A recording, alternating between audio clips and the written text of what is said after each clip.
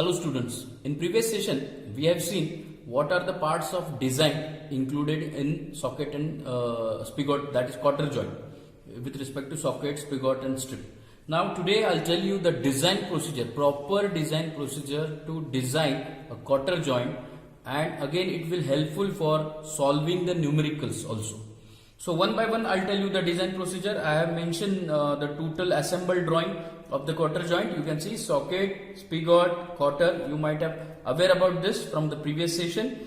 Now this will be the 2D drawing in which the assembled view is shown: socket, spigot, quarter strip. Side view is mentioned over here, top view is mentioned over here for the dimensions.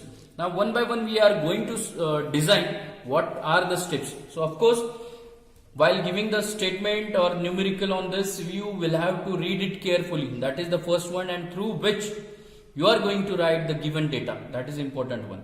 So my step number one is, after given data, we'll have to design permissible stresses. Very important.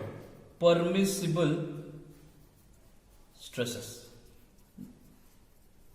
Here we have divided permissible stresses in a part as like socket, spigot and rod. It is having same category because quarter strip will have to act as a double shear stress, and it is act as a connector. That's why I will have to separate it. So I will have to write small a for rod. I'll start with the rod. This rod, comma socket, comma spigot. So this is the first group, for which we are going to calculate the permissible stresses. Permissible means inbuilt. It is given as per the material point of view. So I will have to consider, first one is sigma T is equal to SYT by factor of safety as per the given material. This will be my first tensile stress, which is in Newton per mm square, and that I am going to check every time for the case of rod, spigot or socket. Then next will be the crushing. Sigma C is equal to 0.5, or I can say SYC, crushing, yield strength in crushing or compression, divided by factor of safety. As we know, if in case of SYC they have mentioned the 200% or 150%, I will have to write, suppose 150%, I will have to write 1.5 times SYT by factor of safety. Again it is in Newton per mm square. As per the given condition, we will have to select either 1.5 or SYC. Then shear, tau is equal to, we know 0.5 of SYT by factor of safety. So this we have calculated for the group of rod, socket and spigot, tensile, crushing and shear, and that we need to check as per the permissible point of view. And as we know, when design is safe, when permissible stress is more than calculated, then design is safe. So that checking also we are going to do. So we'll move toward the second group. B is related to quarter strip. So for the quarter strip, we'll have to calculate tensile, or which is equal to bending also, which we have seen in quarter bending design. So sigma T is equal to P by area, that is, sorry, it is as per the material, that is SYT by factor of safety. SYT by factor of safety. It is again Newton per mm square. And second one is most important, that is shear stress. Again we'll have to take 0.5 of SYT by factor of safety. It should come in Newton per mm square, and that we need to check. Clear? So two group I have divided. One is socket, spigot and rod, which is having tensile, compressive and shear. In case of quarter strip, I have considered tensile and bending are equal. See, tensile and bending are equal, SYT by Fs. So shear stress is 0.5 SYT by Fs. So this is for the first step, and we'll have to calculate the permissible stress which are included in the statement. Step number two. Step number two, very important. Here we need to consider the design of socket and spigot tensile stresses. So we'll have to consider, I'll write the title, tensile stresses. So we have seen all the stresses, but here we'll have to write tensile stresses of spigot and socket. This is more important. Now we'll have to move how the tensile force in socket we have calculated, socket and spigot. So first I have written spigot, you can see spigot, and tensile force we have calculated, that is with respect to D2, correct? So I'll show you the sheet which we have done in previous session. This is for the spigot, tensile stress. Tensile will occur with respect to area, D2 is the diameter. So we have written sigma T is equal to P by area. Area is nothing but pi by D2, that is circular cross section, D2 square minus D2 into T. That T is the subtraction, that will be the thickness of the slot. Therefore I'll write the tensile sigma T is equal to directly P by area. So area will be pi by 4.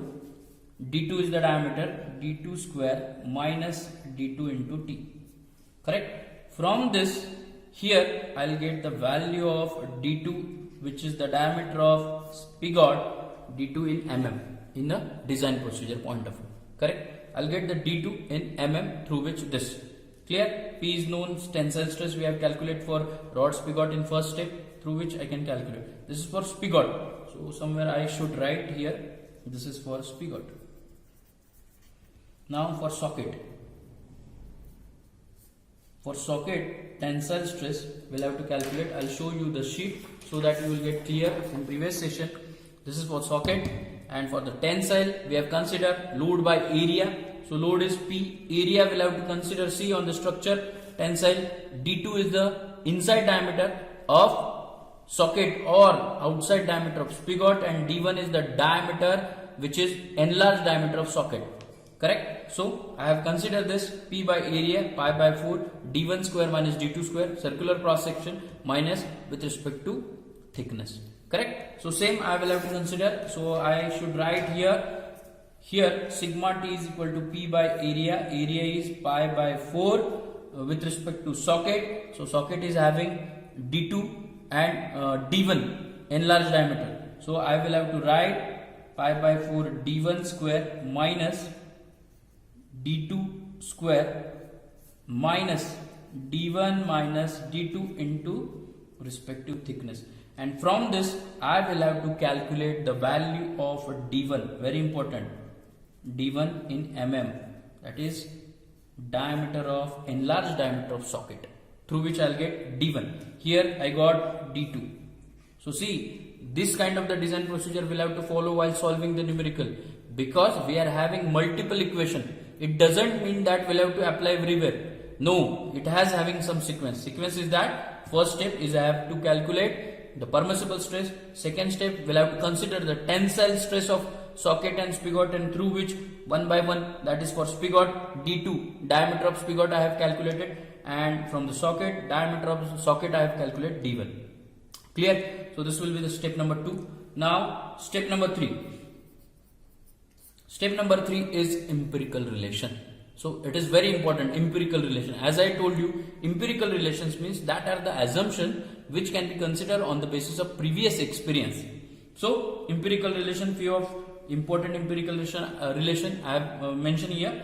See, D3 is equal to, so now D1, D2, D3, you know it all the things. D3, see here, it is diameter of collar of spigot, 1.5 times D you will have to consider, and that D we have got directly from the rod. See, from the rod this.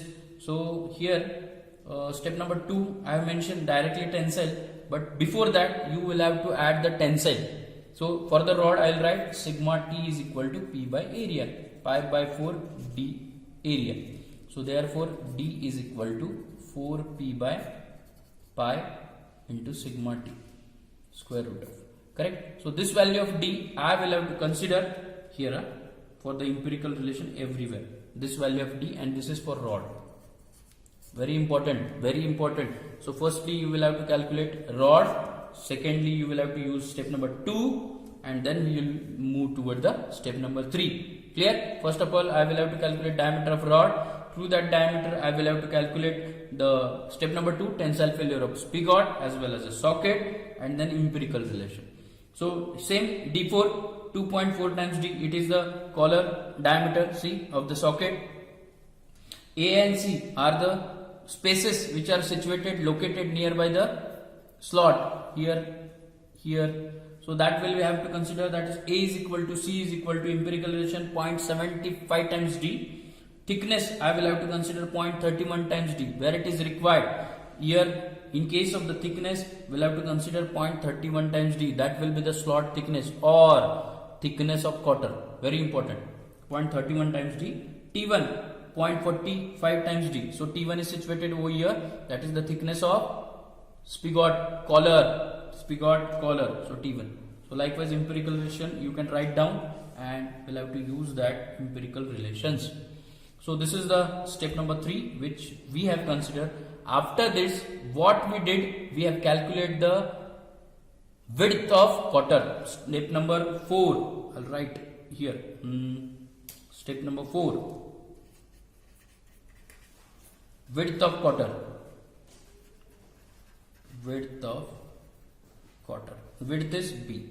So I told you width of quarter we can calculate by 2 equations. So I will have to directly write the equation. So first one is for the quarter we have considered tau is equal to P by area. Which area? Width area. That is B into T. But it is having double shear stress 2BT. So through which I'll get B is equal to, width is equal to P by 2 tau T. Is that correct? So it is in mm. So this one width, this is from the shear failure.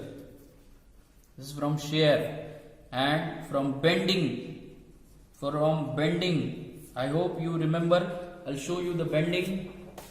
From bending we have considered this diagram, and for this consideration we have calculated sigma B is equal to mby by I. So mb we need to calculate, y is neutral axis distance, that is d by 2 we'll have to consider, and I is nothing but moment of inertia from the cross section of rectangular BT cube by 12. I have put all the values here, and for that MB I have calculated this much, P by 2, D by 2 plus D4 minus D2 by 6.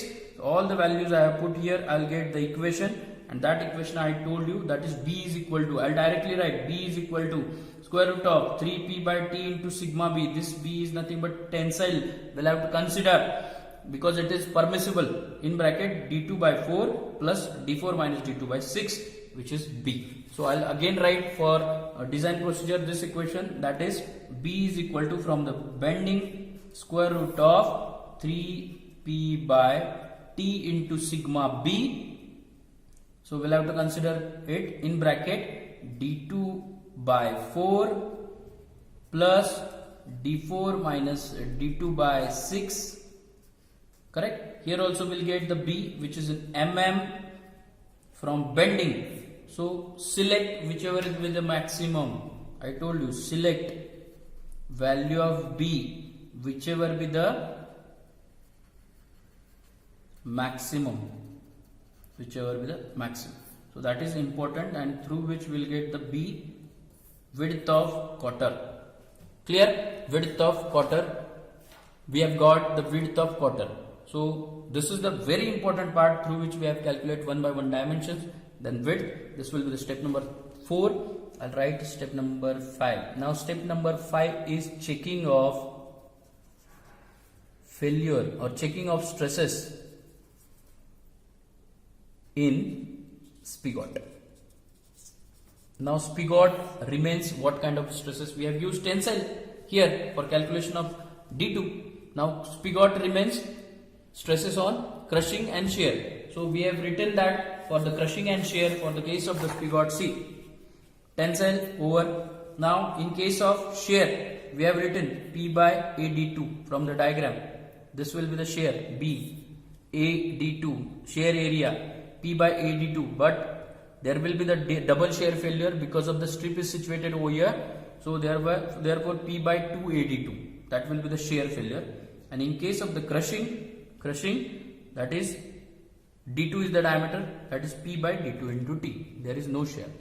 Clear? This is for spigot. So I will have to check that stresses. So I should write here, that is for the crushing and shear, I will have to write for shear failure of spigot, spigot is situated here, it is P by area. So area, shear area A into D2 I showed you. A into D2, which is double shear stress. So that I mean I have to check. Correct? Which with first step shear here. Correct? Now checking of crushing, sigma C is equal to that with respect to thickness, that is P by area, as we have seen D2 into T, which is again Newton per mm square. So we'll have to check whether safe or not. If it is safe, whatever be the calculation we did, that are correct. Now step number 6.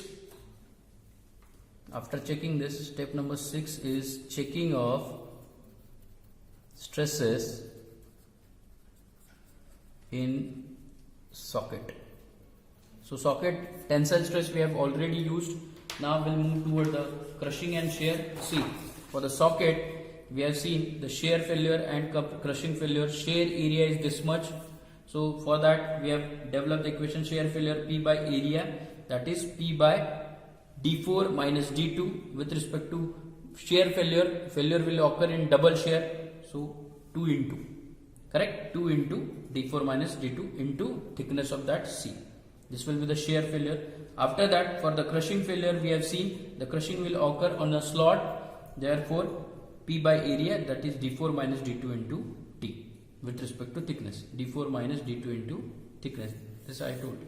Clear? So that equation I will have to write here. So for shear failure occur in a case of socket, I will have to write that is P by D4 minus D2 into C with respect to double shear stress, and that I will have to check Newton per mm square with respect to step number 1. And in case of the crushing, I will have to write P by D4 minus D2 with respect to thickness. It is in again Newton per mm square. If all the values, all the calculated values are safe. Safe means what? Less, are all the calculated value less than permissible. I will write calculated value less than step number 1, that is permissible stress. Then design is safe. Then design is safe. So likewise we need to design the quarter joint. So this is the crux in which I told you the stepwise design procedure, and same procedure will have to follow for the solving numerical. Step number 1, it is a permissible stress in which we have maintained the two group. One is rod, socket, spigot. For that tensile, crushing and shear we have considered. Second group for quarter strip we will have calculated sigma T, tensile stress and shear, that we have calculated. Then step number 1 is design of the rod, and for that rod we'll have to calculate the diameter small d, and after that we'll have to calculate the tensile stress for the spigot and socket, that is D2 and D1 we have calculated, and after that empirical relation we have used, and through which we'll have to calculate the width of quarter B by the shear failure and bending failure, select whichever will be the maximum, and after that remaining stresses we'll have to check for the socket as well as spigot. So that we have seen, and at last you will have to draw the free body diagram, and whatever be the dimensions are came from the equation, that you will have to add over here. Correct? So I hope you understood this design procedure, which is very important for any kind of numerical related to quarter joint. So in next session I'll cover the numerical for this case. So I hope you understood this. Thank you.